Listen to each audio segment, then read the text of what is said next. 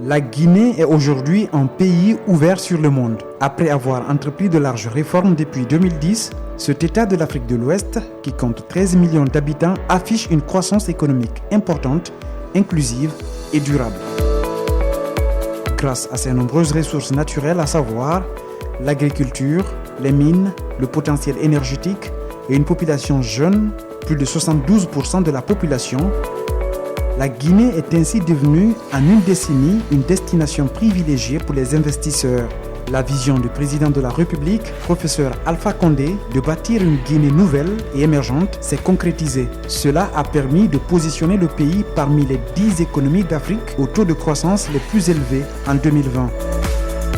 Pour poursuivre cette nouvelle dynamique, 2 axes ont été privilégiés. Le transfert de responsabilité de la croissance économique au secteur privé. Les nombreuses réformes visant à assainir le climat des affaires et faciliter l'éclosion d'un secteur privé plus robuste afin d'attirer davantage d'investissements directs étrangers. La simplification de la création d'entreprises en 24 heures, le code des investissements plus attractif, la réduction des taxes sur les transferts de propriété et les frais de notaire, la mise en place du tribunal de commerce, l'adoption d'une loi sur les partenariats publics et privés, l'adoption d'une loi contre la corruption, l'inclusion économique et financière a renforcé également les investissements dans le capital humain et l'employabilité des jeunes et femmes. La réalisation des infrastructures socioproductives pour favoriser le développement économique et le bien-être des populations, le gouvernement guinéen a consenti d'importants investissements dans les secteurs de l'agriculture, l'énergie, les mines, les routes, les transports et le numérique. La Guinée est en pleine modernisation de ses infrastructures. Le gouvernement intensifie la réalisation des gros ouvrages en vue d'assurer un développement économique harmonieux du pays. Réseau routier en transformation, 2,2 milliards de dollars investis cette dernière décennie, infrastructures portuaires modernes, extension et augmentation de la capacité du port de Conakry et le développement des ports miniers sur le littoral nord-ouest. Extension de l'aéroport international Conakry-Bessia pour multiplier par 3 la capacité du terminal aéroportuaire. Construction de 6 hôtels de 4 à 5 étoiles dans la capitale, développement des infrastructures ferroviaires en cours. Pour le secteur agricole, la vision du gouvernement est passée de la production des produits agricoles à la transformation. La création de chaînes de valeur intégrées pour promouvoir la transformation locale est l'un des défis majeurs pour assurer l'autosuffisance alimentaire. La Guinée possède des conditions agroclimatiques favorables. Terres agricoles importantes, 13 millions d'hectares de terres arables cultivables, abondance d'eau, 1165 cours d'eau, dont 3 des 5 fleuves les plus importants d'Afrique, le fleuve Niger, le fleuve Sénégal et le fleuve Gambie.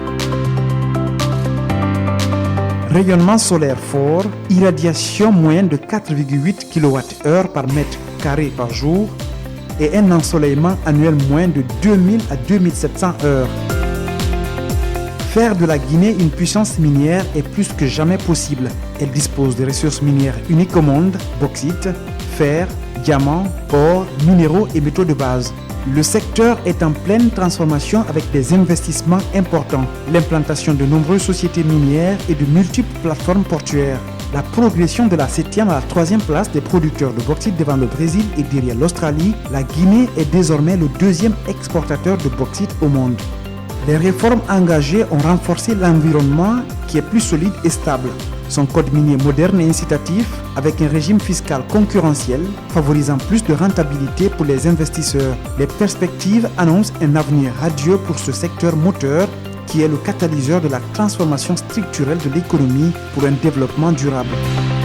Avec de nouveaux corridors, le long des nouveaux projets de chemin de fer en cours de développement, jusque dans les zones enclavées.